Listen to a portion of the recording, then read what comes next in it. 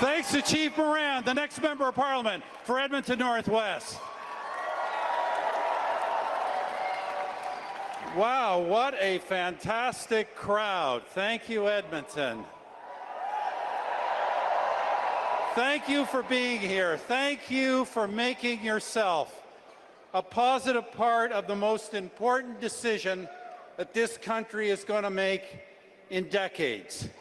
Canada right now needs change more desperately than it perhaps ever has.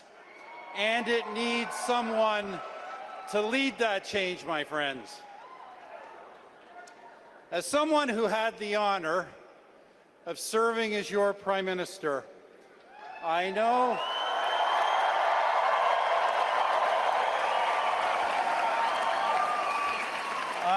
that being Prime Minister is a trust. It is a trust to take this incredible country that our ancestors bequeathed us and to leave it stronger, more united, more compassionate, and more confident than we found it.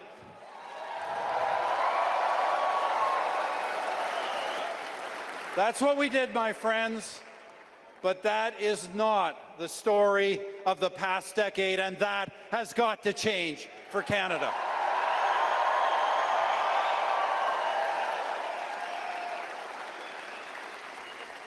Chers amis, je me trouve dans une position unique pendant cette campagne.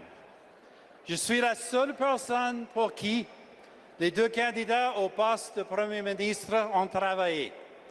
Et mon choix sans équivoque est Pierre Poilievre. You know, friends, I am in a unique position in this federal election. I am the only person who can say that both of the men running to be Prime Minister once worked for me. And in that regard, my choice, without hesitation, without equivocation, without a shadow of a doubt, is Pierre Poilievre.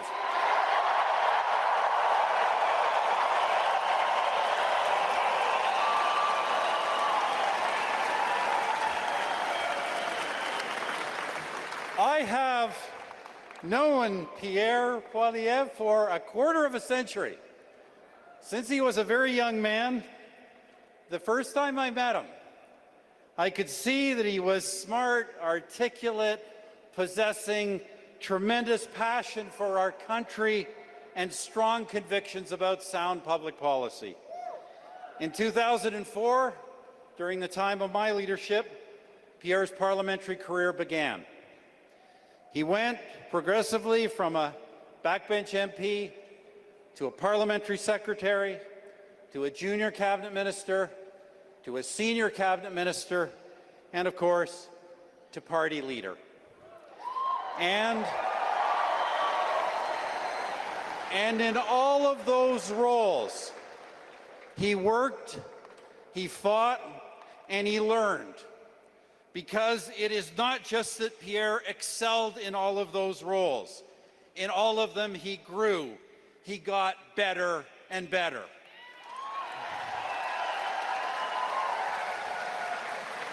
Friends, don't let anyone tell you that he was born to be Prime Minister, or that he can just somehow parachute into the job fully prepared. Political experience, elected, accountable political experience, and the capacity for growth with that political experience, that is what Pierre has demonstrated for 2 decades, and that is the single most important characteristic a Prime Minister needs.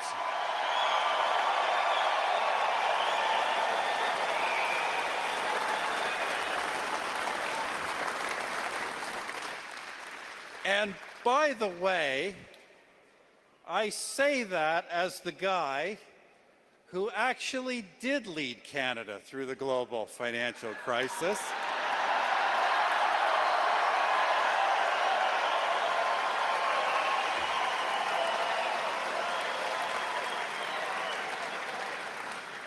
I hear there's someone else claiming it was him.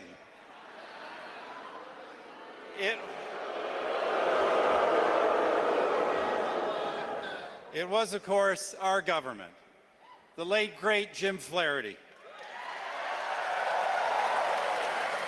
and our Conservative team who were responsible for the day-to-day macroeconomic management during that challenging time.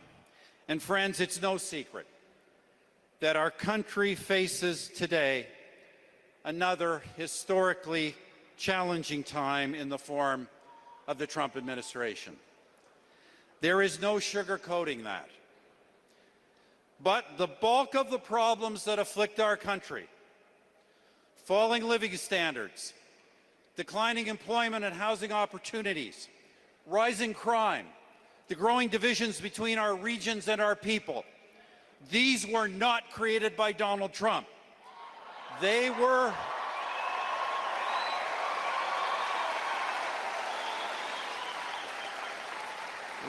created by the policies of 3 Liberal terms, policies that the present Prime Minister supported and wants a 4th Liberal term to continue. Pierre has consistently opposed those policies. Policies that have put costs up, accelerated crime, left our wealth in the ground, and made our economy vulnerable and under America's thumb. And Pierre has, just as importantly, long advocated the positive alternatives for change, to axe those taxes, build homes, bring back jobs, get our resources to the whole world.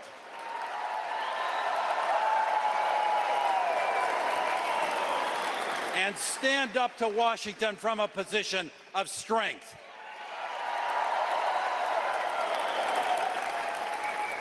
Friends, I believe that the challenge this country faces today from the United States, as real and serious as it is, should not be another excuse for Liberal failure. Instead, it should be a historic opportunity. That's how we've got to see it. An opportunity to make Canada what it should be. Internally united, internationally connected, a truly independent economy with the highest living standards in the world.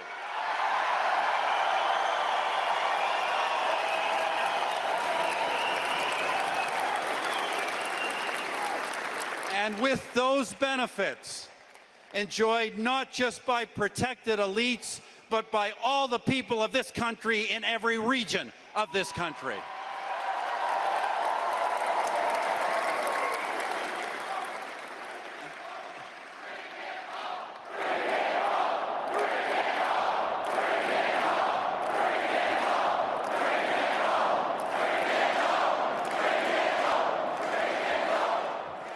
Do bring it home, friends, because that goal does not depend on Donald Trump. It depends on us.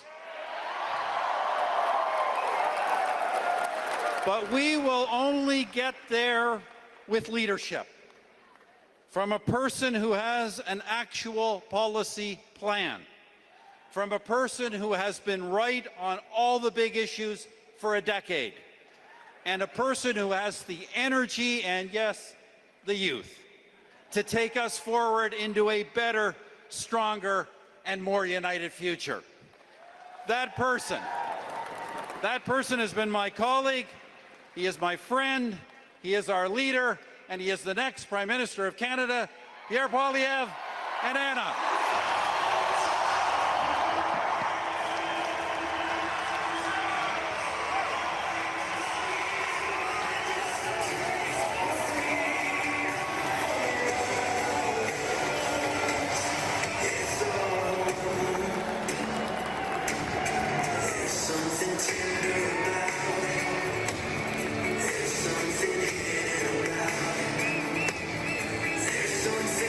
Generations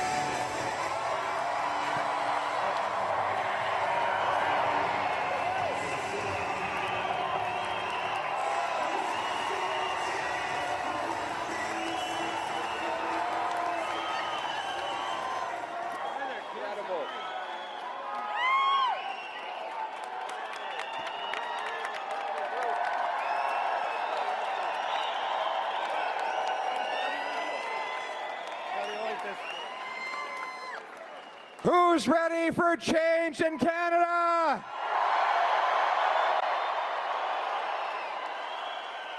Who's ready to axe some taxes? Who's ready to build some homes? Who's ready for some pipelines to make us independent from the Americans? And who's ready to put Canada first for a change? I think he's ready too. He wants to fight me for the microphone. Wow, he doesn't want to leave. He wants to stay up here. Cruz, c'est quoi ça? C'est quoi ça? He wants to steal my microphone from me. I think he wants, little Cruz wants to be Prime Minister. He'd be much better than what we have right now, I think.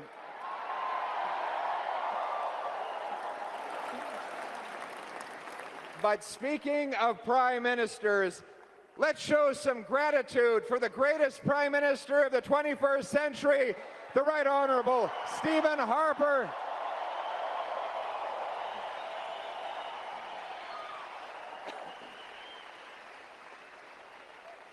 Prime Minister, it is an incredible honor to have you here on this stage. It was a little surreal, I have to confess. I remember when I met then economist Stephen Harper a quarter of a century ago, before he was even back in Parliament and running for leader. And then I remember serving with him for all those years as he took us through the tumultuous times of the war in Afghanistan, the great global recession. Always and everywhere, he was solid, competent, honest, decent, down to earth, a man who could, in the words of Kipling, walk with kings but never lose his common touch. He is the greatest mentor I could ever ask for.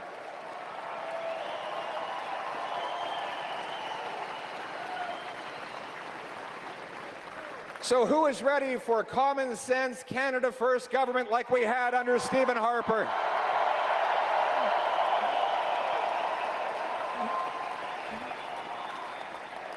And to be back in my home province, here in Alberta.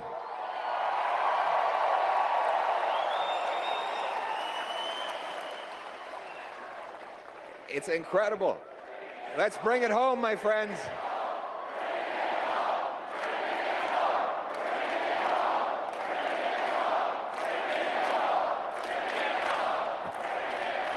Look, this has got to be the biggest political gathering of the 21st century. Look, it is.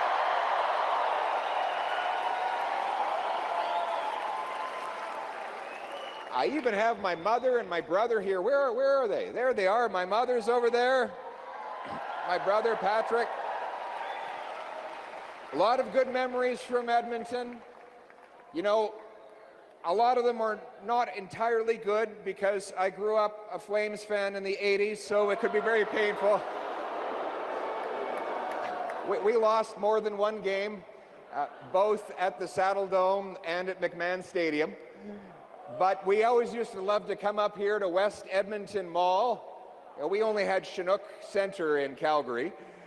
But my mom and dad would put us in the car. We'd do a little road trip up here and go on the roller coaster and that big ship, and we'd celebrate everything that was great about being alive in this country, that my folks work hard, even though it was hard times. They could afford to take us on little road trips, and they always taught us about the Canadian promise, the promise that hard work would pay off, that anyone who got out of bed in the morning and put in some effort could have a beautiful house on a safe street, protected by brave troops under our proud flag, that anyone from anywhere could do anything. And that's why I got into politics, to reinforce that promise.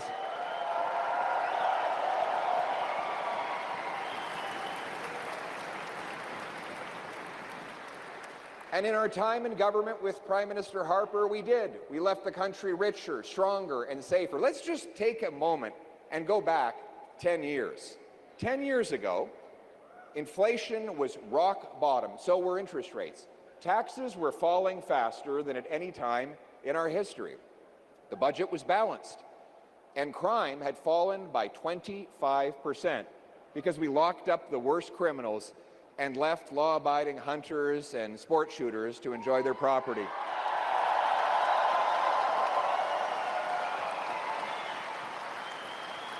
In fact, small towns were so safe, many people didn't even bother to lock their doors. Housing cost half of what it does today. I would know, I was the housing minister at the time.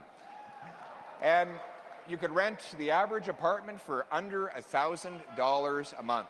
Take-home pay had gone up 10% above and beyond inflation and interest rates and taxes. The New York Times had just declared that Canada had the richest middle class in the world. Yes, when this Liberal government first took office, Canada was the richest and safest country anywhere around. We were a beautiful place to live with boundless opportunity. And yet, a decade later, what do we see when we look around us? Inflation, already having hit a 40-year high, is now once again on the rise. Housing costs have more than doubled after Liberals promised to lower them. Canadian homes now cost 50% more than they do in the United States, and you can actually buy a castle in Sweden for a lower price than a house in Kitchener today. Canada has the second slowest building permits in the OECD. Nothing can get built. We're very hard on entrepreneurs and law-abiding hunters under this Liberal government, but very easy on criminals who shoot up our streets and have doubled gun crime across this country. The economy is shrinking. It is smaller today in per capita terms than it was a decade ago. We have lost $500 billion of net investment flowing out of our country into the welcoming arms of the United States.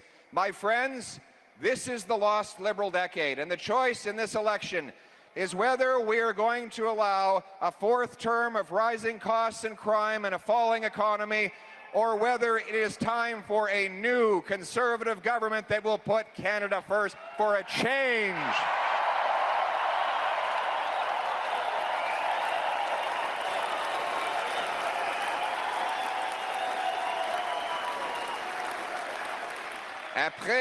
Après la décennie perdue.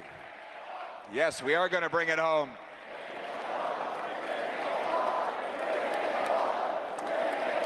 Après la décennie perdue. Après la décennie perdue des libéraux, avec les coûts et la criminalité qui augmentent et l'économie qui est en baisse et sous le contrôle des Américains, le choix est entre un quatrième mandat libéral ou bien un nouveau gouvernement qui va mettre le Canada d'abord pour faire changement. Now, the Liberals are trying to pull a fast one. They have a very simple strategy in this election. And here's what it is. Make you forget about the last 10 years. Everything they do will be about bringing collective amnesia of all the damage they've done. The first trick they've tried is replacing Justin Trudeau with his economic advisor and a hand-picked successor, Mark Carney.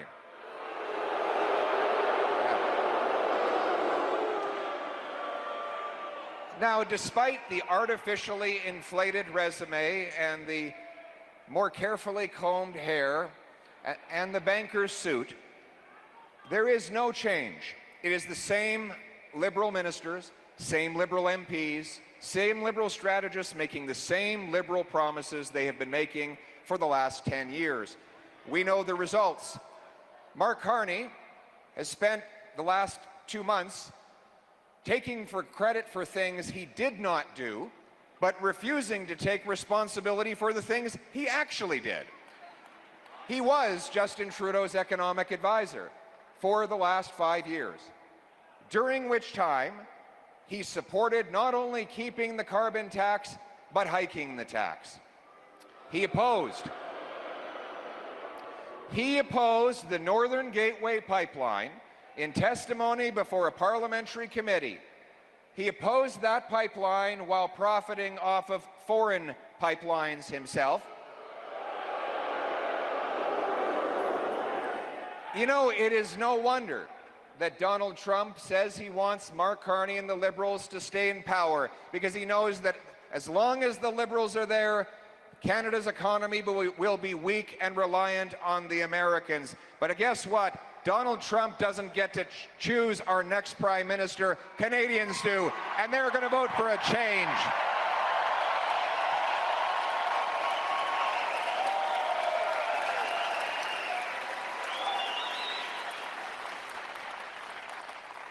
It's not just Donald Trump that says it would be easier to deal with the Liberals. Today, again, the Chinese government was out campaigning for the Liberals, supporting Mark Carney, just like they did during the leadership race of that party. And who would wonder why?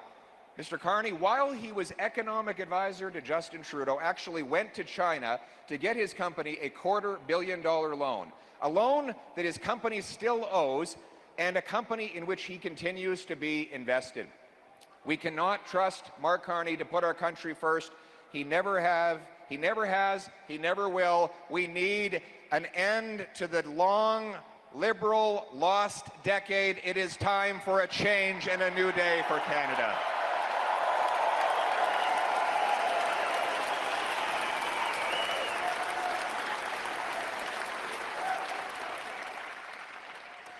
We're going to take back control of our economic lives.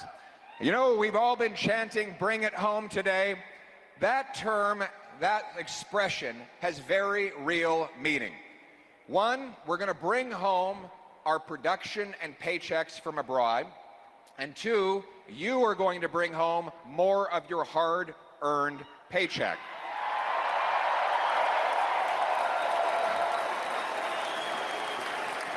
And isn't it great to have Brett Kissel here, the great country music star who sang "Our Home"?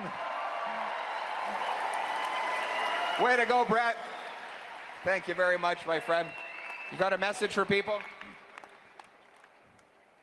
Edmonton and Canada, it's very important to understand the human being that Pierre is. A guy who's become my friend, and somebody who truly believes in the future of Canada and understands that the past 10 years we've had have not been great. But Pierre is here with all of his colleagues and with all of his heart to make a significant change for a brighter future, something that each and every one of us truly want, not just for us, but for our kids and our grandkids, and Pierre is the guy to do it.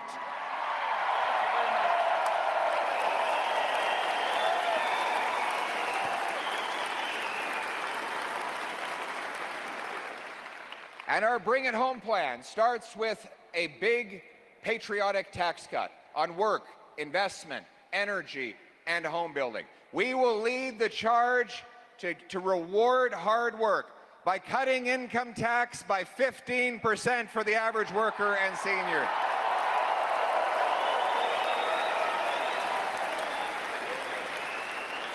This tax cut will enable our workers to gain more by putting in an extra hour, earning a bonus, or getting a promotion. It will allow our families to spend more money at our local businesses, giving us a boost at a time when our economy is weak and under attack. And it will ensure that dollars are left in the hands of the person who earned them instead of in the hands of the politician who taxed them.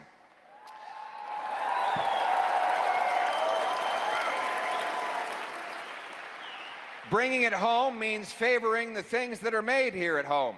And that's why we've announced we will axe the sales tax on all Canadian-made cars. Let's create some jobs for our auto workers in Ontario, too. And then there's the famous carbon tax. Now, remember, up until only a few months ago, the Liberals were telling us that the entire planet was going to be lit on fire if we didn't pay a 61 cent a liter carbon tax at the pumps. They passed that into law, a law that is still in place today. But in order to make you forget about their carbon tax, 28 days before the election, they decided to hide it from the gas pumps. Don't worry, if God forbid they are reelected, the tax will be back by May 1st.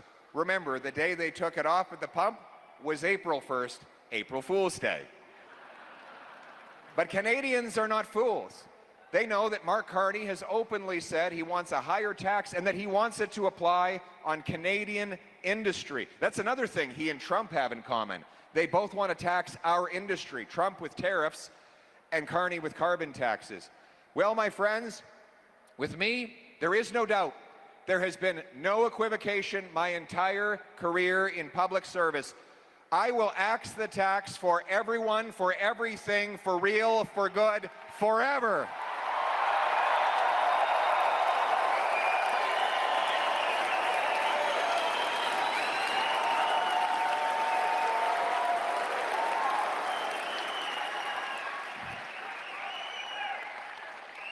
And then there's the tax on our investment. Canadian workers only get 55 cents of investment for every dollar an American worker gets. That's why we generate in Canada 50 bucks an hour worked. You take our GDP, divide it by the number of hours we work, it works out to 50 bucks in US. In America, it's $83.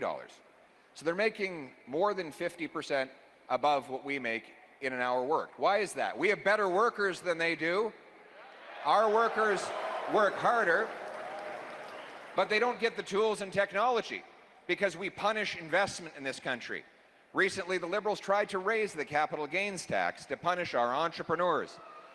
We need to do exactly the opposite, and that is why I have announced the Canada First reinvestment tax cut.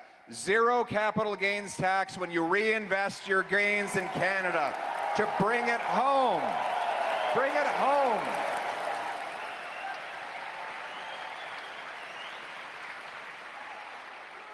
And then there's the worst tax of all, the inflation tax. Now, inflation tax is when the government doesn't want you to know they're taking your money. So instead of passing a law to raise your burden out in the open, they just print more money to fund their irresponsible spending. This floods the economy with cheap cash. So in a 4-year period, while Mark Carney was the economic advisor to Justin Trudeau, the money supply grew from $1.8 trillion to $2.5 trillion, a 40% increase in the amount of bills, coins, and bank deposits, during which time the real economy grew by 4%. So the money grew 10 times faster than the stuff that money buys. If you have an economy with 10 apples and $10, it's $1 an apple. Double the dollars to 20, but still have 10 apples, you're not twice as rich. It's just each apple now costs twice as much. That's inflation. Now, it's great news if you work for Brookfield, right? Because that inflation, according to the CEO of Brookfield and best buddy of Mark Carney, that inflation allowed them to raise rent on tenants, allowed their assets to be artificially inflated, allowed them to fill their pockets by sitting on their big assets. Meanwhile, the working class wage and the senior's pension gets chewed up. It's not that things cost more, it's that your money is worth less. It is a transfer of wealth from the have-nots to the have-yachts. And it is the worst kind of tax possible. When I am Prime Minister, we will cut back on the spending that causes inflation in the first place.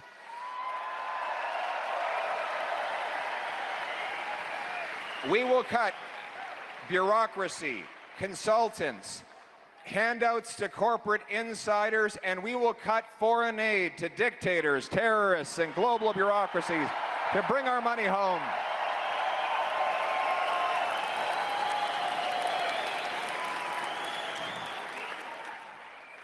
And we'll bring in a common sense law. My mother is here. She used to have those coupon books. Did you ever have those? Anybody have those? Remember when you used to sell those coupon books? My mother would drive clear across Calgary to go to a restaurant to get beef on a bun that would have a coupon savings on it. She knew how to squeeze every drop of value out of every single dollar. That's what our government should be doing. We should be getting value for money. Now, here's the reason that never happens. Politicians are always spending other people's money. While every other creature in the universe has to live with scarcity, the politician just passes the bill on to you. We will pass a dollar-for-dollar law. It requires we find $1 of savings for every new dollar of spending, forcing politicians and bureaucrats to make trade-offs between this or that, or get a bargain on this and that. Because you've been pinching your pennies long enough, it's time for government in Ottawa to pinch pennies too.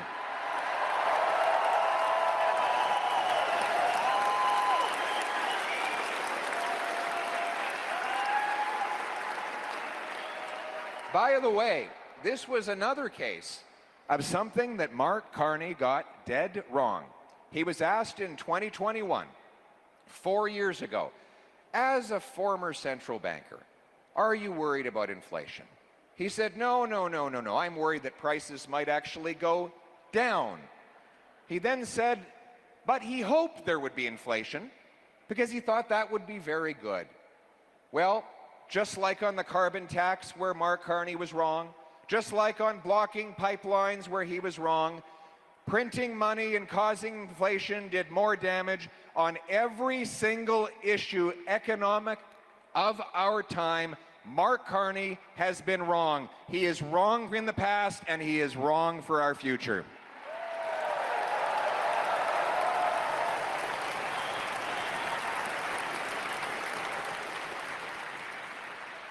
And then we're going to tackle housing. We have the most expensive housing in the G7 after the lost Liberal decade. But most of the cost is just bureaucracy and taxes. That is why a Canada First Conservative government will lead the way. We will axe the sales tax on new homes to save you up to $65,000.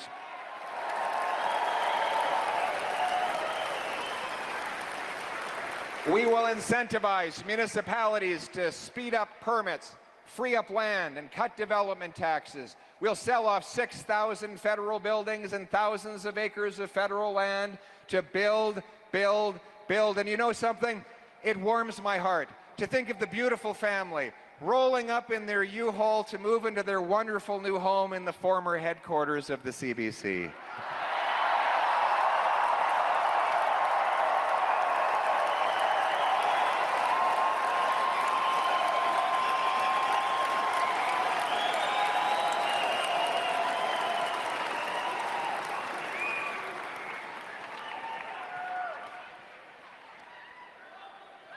I love you too. I love you. I love you. I love this province. I think it's, we got to talk to a scientist or something, but I swear the sky is actually bigger in Alberta. I think it is. There's got to be an explanation. But that's why it feels like there's boundless potential in this province, and there is for this whole country. But we have to bring home our jobs to make it happen. And that starts by repealing the No Development Law C-69 to build pipelines, mines, and everything else.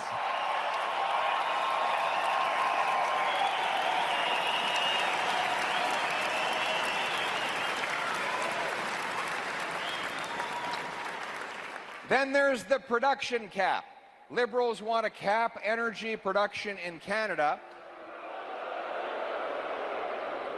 while the Americans, the Venezuelans, the Saudi Arabians, the Russians increasingly dominate the global energy market. They want to push our jobs and production out of Canada. Now, there was some hope that Mark Carney might flip-flop on that, having supported bans on pipelines his entire career over the last 10 years. But he confirmed just last week that if he is re-elected as Prime Minister, he will keep the anti-development law C-69, he will keep the production cap, and in his words, he will keep 80% of Canada's oil in the ground.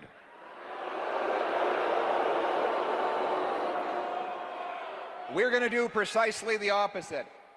A common sense, Canada First government will repeal the production cap, remove C-69, and commit to the aim of approving major projects in under 6 months. Bring it home.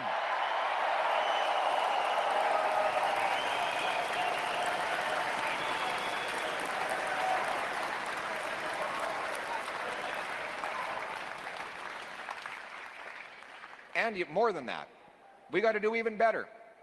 We're actually going to pre-approve permits. So instead of waiting 6 months, imagine this. Imagine if we sit down and we look at a map and we say, well, this would be a great place to build a nuclear plant. Let's do the research and study. Let's line it up with the First Nations, the municipal governments in the province. Let's publish online all the specs, standards, and safety requirements. And let's pre-issue the permit. In other words, create a shovel-ready zone so that industry can show up and just start building things. What do you think?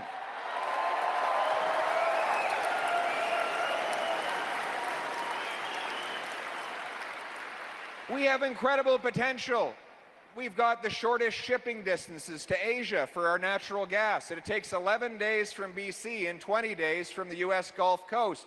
We've got cold weather that helps liquefy that gas, right? 25% cheaper. It gets cold in Canada.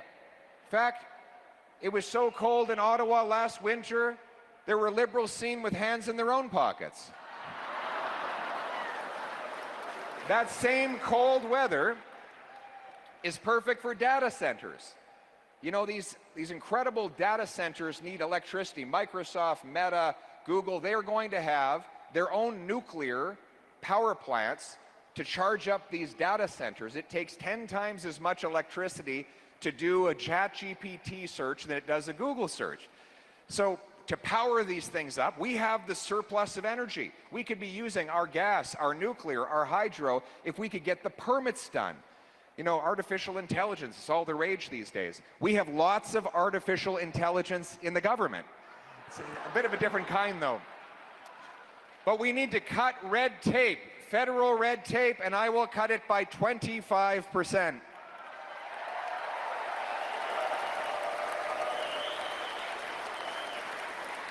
And every time a new regulation comes in, we will be required by law to get rid of 2 previous regulations.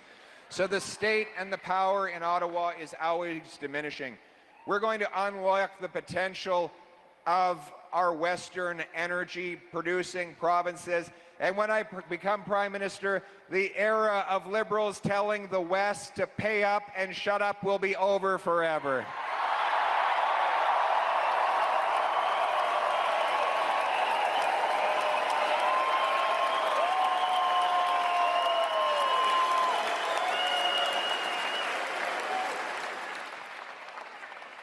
But if you want to build things, you need people who know how to build.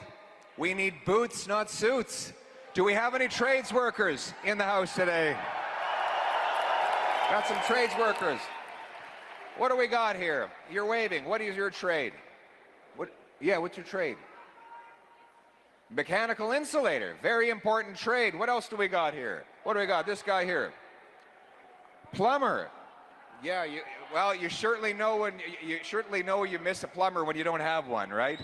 What do we got over here? A welder? Excellent. Guy joins metals. Give it up for the trades workers.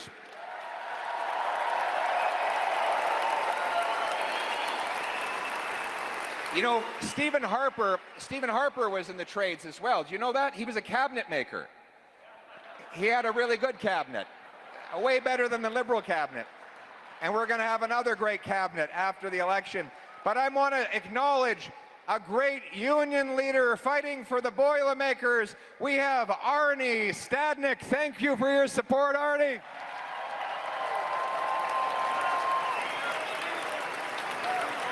Thank you very much. Arnie, are we going to build some nuclear power plants in Canada? Yes, all day, all week, all year, well into the future. Right on. Give it up for the Boilermakers. Thank you, Arnie. Now, I think university is great. A white-collar education is excellent. But all of our resources in this country have been favoring one kind of education over another. We need to start to honor the trades.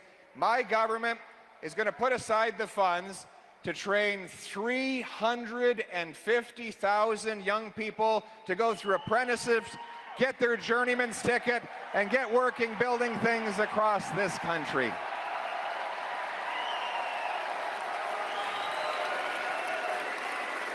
Boots, not suits.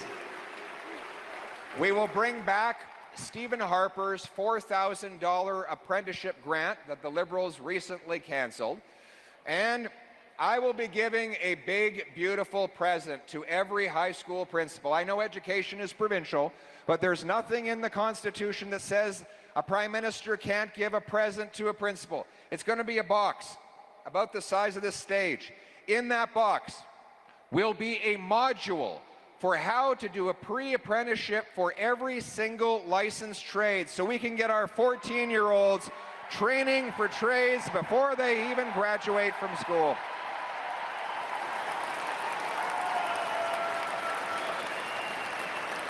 And I need your help, Arnie. We're going to need these amazing union training halls to get our young people started, getting them a trade. I tell all young people, get a trade, you will always have a job. And we want you to have that job in a safe neighborhood. And so we are going to stop the crime. We're going to stop the crime.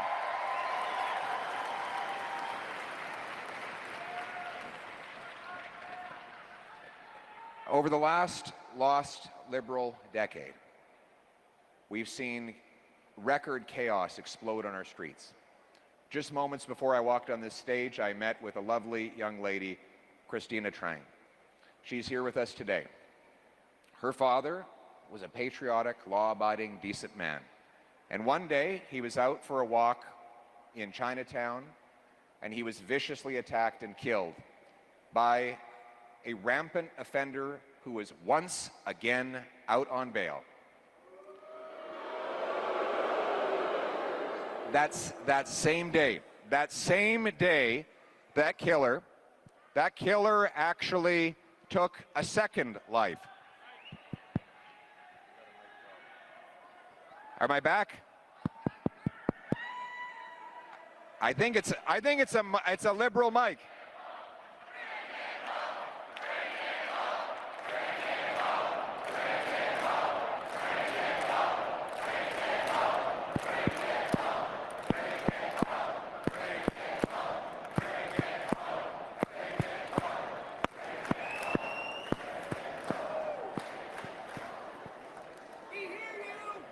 How we doing, everybody? No? Maybe my...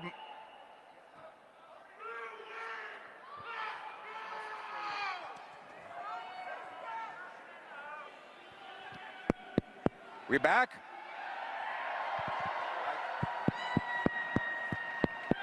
What do we got? All right.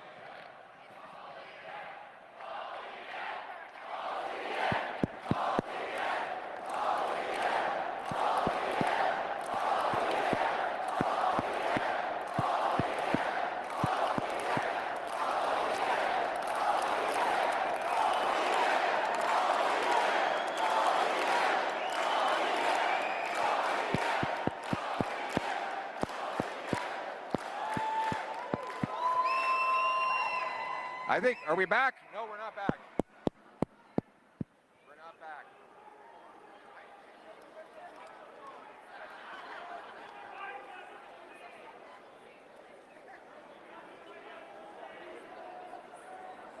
Come on over, guy.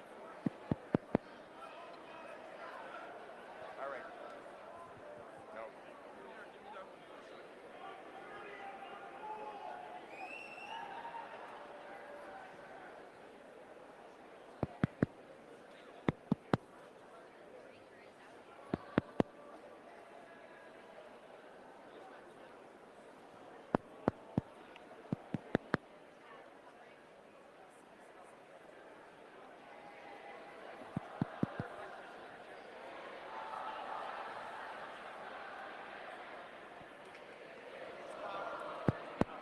Check, check.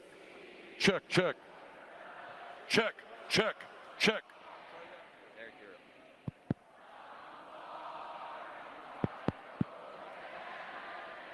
We stand on guard for thee. God, keep our land glorious and free. Oh, Canada, we stand on guard for thee. Oh, Canada, we stand on guard for thee. Thank you.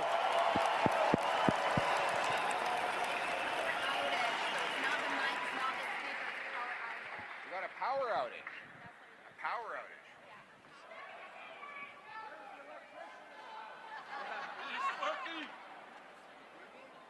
We got a power outage.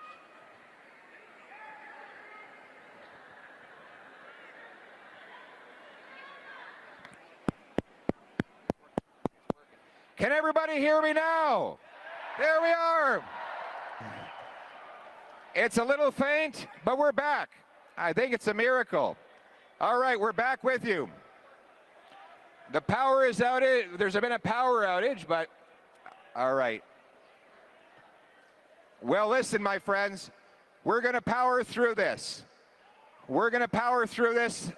I know that this seems like it might be a liberal microphone,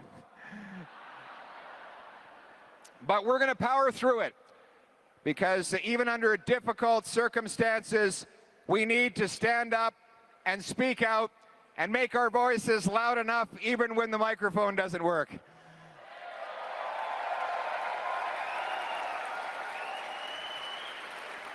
As I was saying earlier, the cause of this crime wave in this country is the catch and release criminal justice system the Liberals have brought in.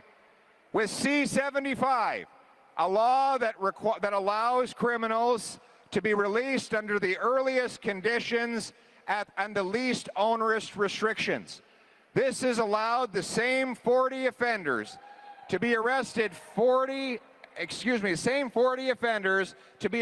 6,000 times in the city of Vancouver. This crime is entirely preventable. Christina and her family should still have their wonderful father with them. And that is why I am announcing today that a Canada First Conservative government will repeal the catch and release bail law C-75. There will be jail, not bail.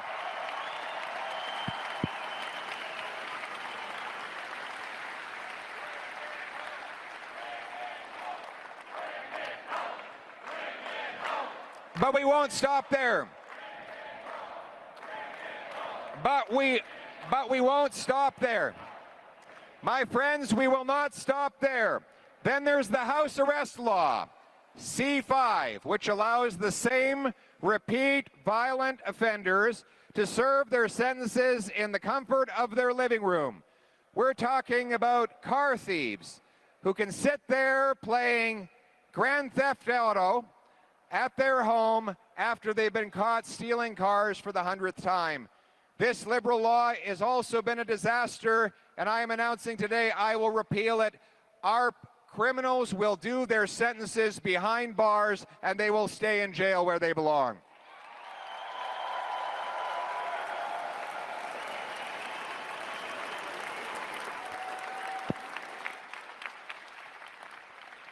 And then there's the drugs. We've been afflicted by a fentanyl crisis that has taken 50,000 of our loved ones.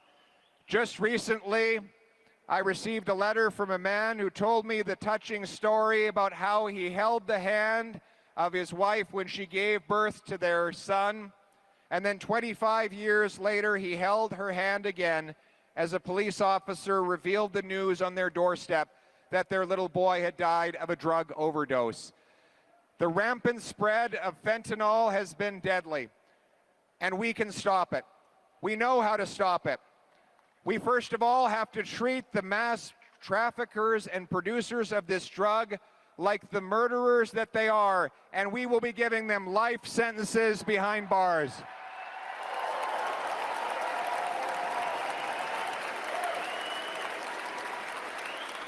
It's got to happen.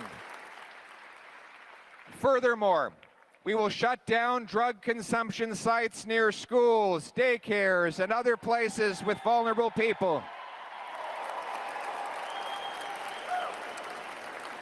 And we will invest in treatment and recovery, rehabilitation that turns lives around, gets people off the streets, and gives them the chance at a better life.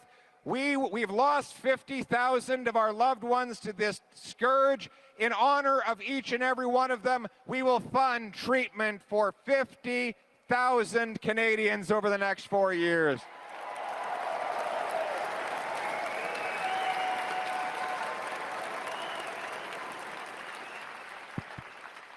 And then there's the guns.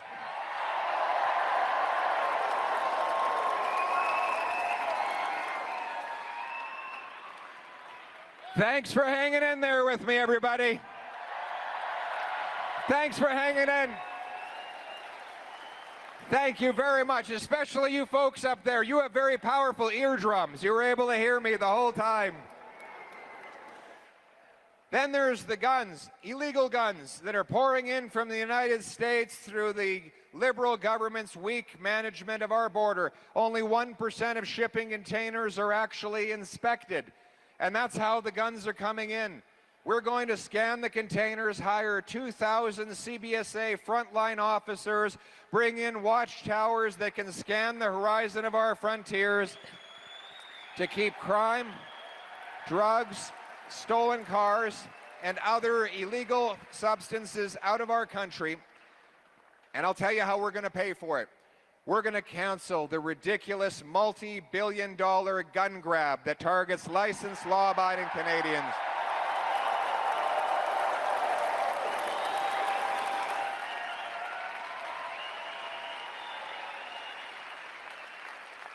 The Liberals will ban every single hunting rifle in this country. Spread the message far and wide. What are you guys cheering for over there? That's a bad thing. Oh, your speaker came on. Oh, wow, okay. Now I know if there's a random cheer what it's all about. I was just complaining about the Liberals. You guys start cheering. I'm like, what the heck? All right, what I was saying is that the Liberals want to ban your hunting rifle. Do you think it's a good idea? Grandpa Joe's hunting rifle is not the problem. I want to protect Canadians from criminals. Liberals want to protect turkeys from hunters. Canadians will have to decide at election time, because the choice will be between a fourth term of rising costs and crime and a falling economy under America's thumb, or a new Conservative government that will axe taxes, build homes, unleash our resources, and bring home our jobs so we can stand up to the Americans with strength for a change.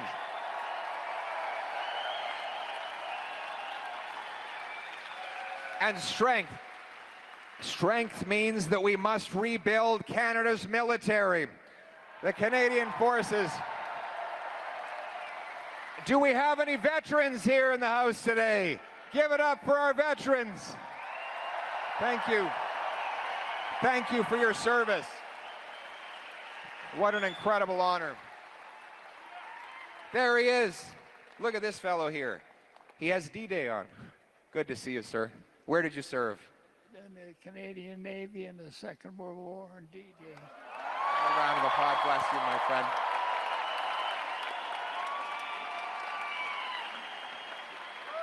He was 19 at Juno Beach. 19 at Juno Beach. How old were you at Juno Beach? I was 19. 19. What a hero. What an incredible hero.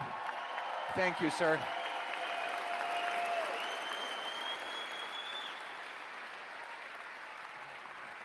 We have to make this a country that is worthy of that hero's sacrifice, don't we? Give him a round.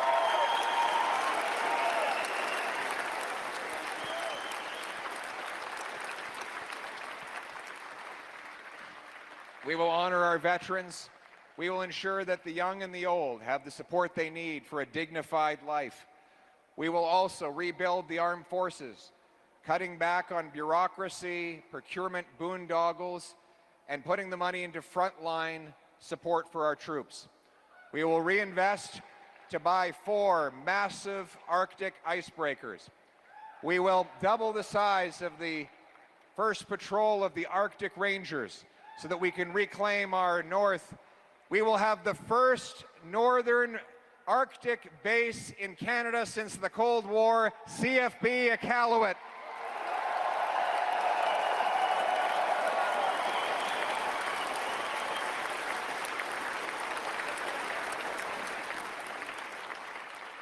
And as my wife just reminded me, our soldiers, sailors, and airmen will be guided by a warrior culture, not a woke culture.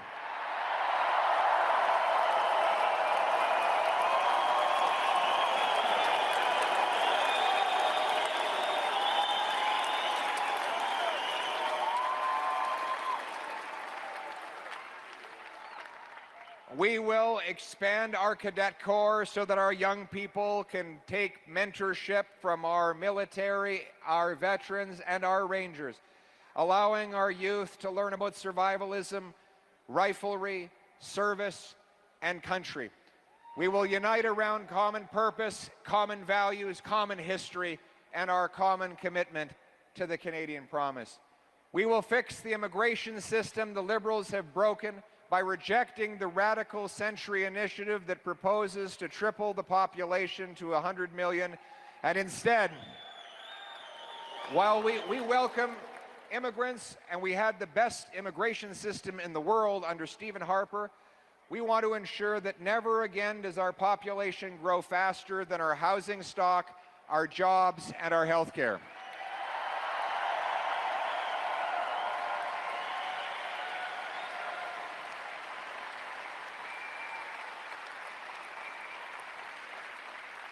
And when immigrants come here with talents and skills, we'll make sure they can put them to the use. We have 20,000 immigrant doctors, 32,000 immigrant nurses who cannot work in our hospital system. We will create a national Blue Seal system so they can prove they're qualified, get to work, bigger paychecks, reduce wait times, the Canadian promise for them, just like all of us.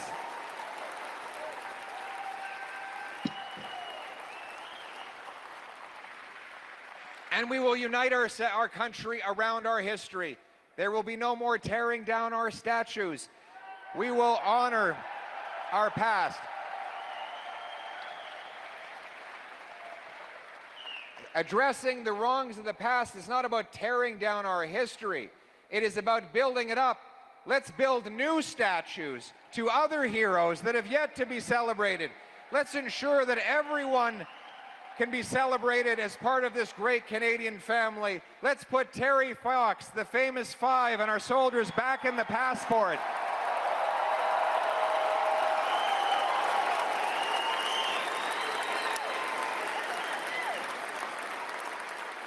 We will be a self-reliant, sovereign people that stands on its own 2 feet and bows before no nation.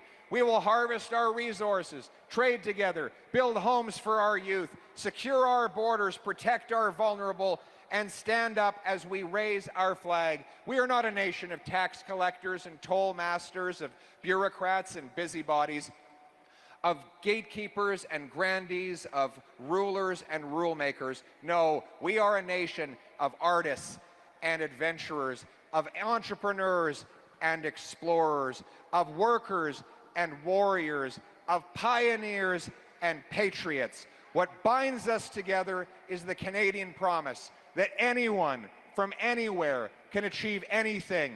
That if you work hard, you can have a great life in a beautiful home on a safe street under our proud flag. That is the promise that I hold out as hope to those who are on the brink of giving up. If you are one of those today whose bank account and fridge have just both gone empty, my message to you is have hope, change is on the way.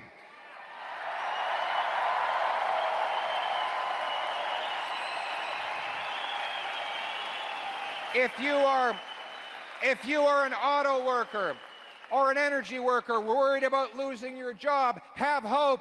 Change is on the way for you too. If you are addicted to drugs but determined to turn your life around and looking for a place to get help, you are not alone. Have hope. Hang on. Help is on the way for you too. We are going to bind this nation together. A united people committed to our promise and expanding it to all under our proud flag. Canada first. Let's bring it home.